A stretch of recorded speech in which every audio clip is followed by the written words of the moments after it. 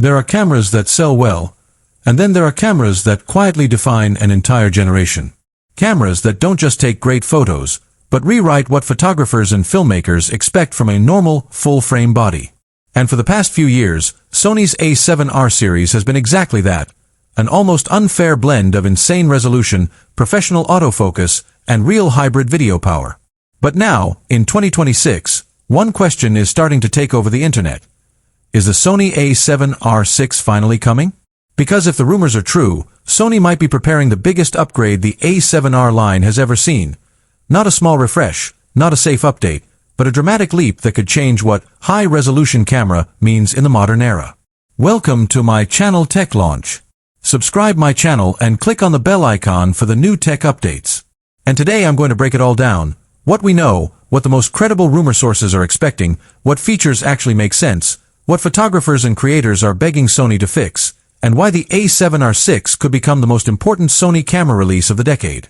So if you've been thinking about buying an A7R V, if you're shooting with an A7R IV, or if you're trying to decide between Sony, Canon, Nikon, or even medium format, do not skip this video, because the A7R VI could flip the entire buying decision on its head.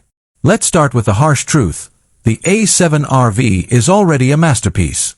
It was announced in October 2022 as the successor to the A7R IV. And even in 2025, Sony was still publicly celebrating the A7R V as a class leader, especially for photographers who prioritize image quality and resolution. It brought Sony's AI Autofocus systems deeper into the high-resolution world, it refined usability, and it delivered a level of focus accuracy that made many photographers feel like the camera was reading their mind. But here's the problem. The A7R V is also a camera built on an aging core sensor architecture. In fact, the A7R IV and A7R V share the same 61 megapixel sensor design. And that's not necessarily bad, but it creates a bottleneck. Because in 2026, cameras aren't competing only on resolution anymore. They're competing on readout speed, rolling shutter control, silent shooting performance, AI tracking, and hybrid video flexibility. And this is where the A7R series has one big weakness: speed. The Sony A7R line has always been about maximum image quality. That's its identity. That's its DNA. It's the camera you buy when you want detail so sharp it almost looks fake. It's the camera you buy for landscapes, fashion, weddings, portraits, commercial work, product photography, architecture, and all forms of professional shooting where detail sells. But the A7R line has always had an enemy: slow sensor readout. That creates rolling shutter in electronic shutter mode, it limits burst performance compared to stacked sensor cameras, and it makes action photography harder than it should be. And for years, photographers accepted this trade-off because resolution was the prize. But in 2026, that trade-off is starting to feel outdated. Why?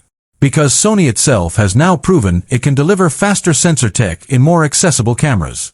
Just look at the Sony A7 V, which launched with a partially stacked full-frame sensor, enabling totally silent shooting and faster bursts, something that used to be reserved for extreme flagship bodies.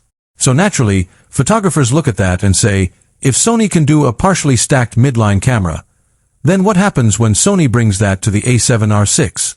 And that right there is the core of the